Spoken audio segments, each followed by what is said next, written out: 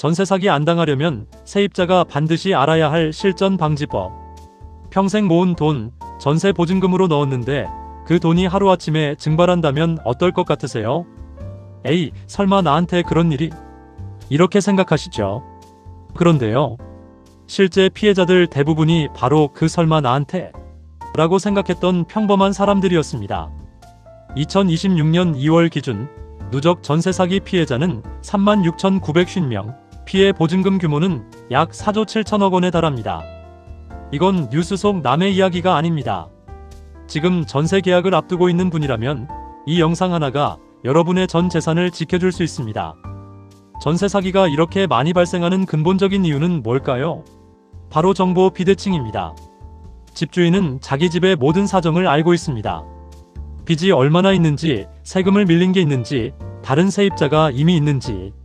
그런데 세입자는 이 정보를 거의 알 수 없습니다. 부동산 중개사가 알려주지 않나요?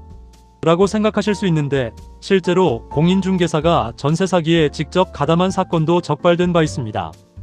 353억 원 규모의 전세 사기 일당이 검거되었는데 총책이 공인중개사였습니다. 즉, 중개사를 무조건 믿을 수도 없고 집주인 말만 들을 수도 없고 결국 세입자 본인이 직접 확인하는 수밖에 없는 겁니다. 그런데 대부분의 세입자들은 뭘 확인해야 하는지조차 모릅니다. 등기부등본을 봐야 한다는 건 어렴풋이 알지만 거기서 뭘 봐야 하는지, 그 외에 또 뭘 확인해야 하는지는 모르시는 분이 대부분이에요. 바로 이 모른다는 것 자체가 전세 사기의 가장 큰 원인이고 사기꾼들이 노리는 핵심 약점입니다. 자, 그러면 지금부터 전세 사기의 대표적인 유형 4가지를 하나씩 쉽게 풀어드리겠습니다. 이것만 알아도 대부분의 전세 사기를 사전에 걸러낼 수 있습니다. 첫 번째, 깡통 전세. 가장 흔하고 가장 피해 규모가 큰 유형입니다. 깡통 전세란 전셋집의 가치가 빈 깡통처럼 낮아져서 세입자가 보증금을 회수하기 어려운 상태를 말합니다. 예를 들어 볼게요. 시세가 2억인 빌라가 있습니다. 그런데 집주인이 전세를 1억 9천에 놓습니다. 여기에 은행 대출 근저당까지 잡혀 있으면 이 집을 경매에 넘겨도 세입자한테 돌아올 돈이 없습니다. 이런 깡통 전세는 주로 갭 투자에서 발생합니다. 집값과 전세금 차액만으로 집을 매입하고 세입자의 보증금으로 잔금을 치르는 방식이죠. 집값이 오르면 이익을 보지만 떨어지면 보증금을 돌려줄 능력이 사라집니다. 특히 시세를 알기 어려운 신축 빌라에서 이런 수법이 집중됩니다.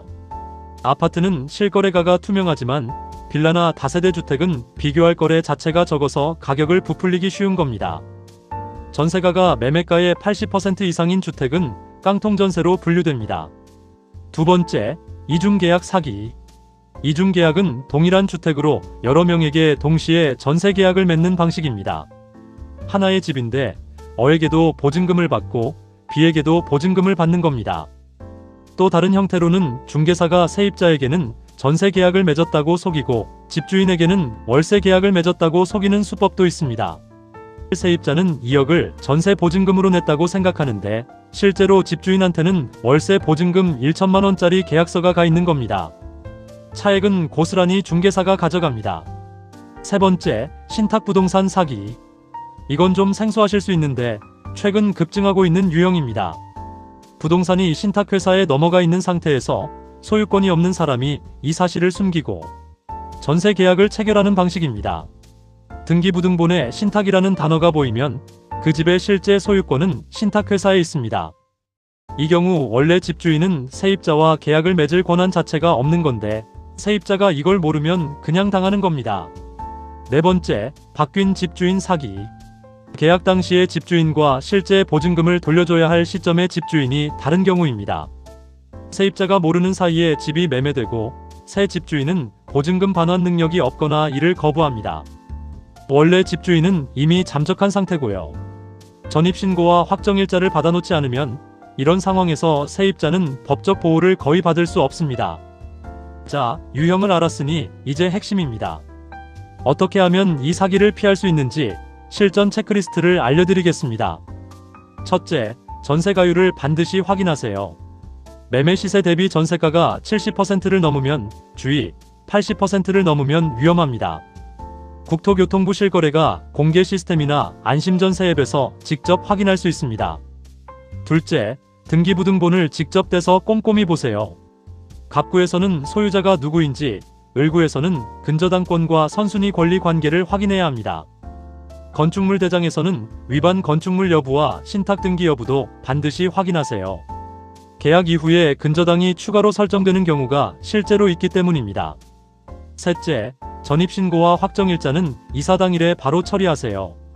보증금 우선권을 인정받기 위한 세 가지 요건은 전입신고, 점유, 확정일자입니다.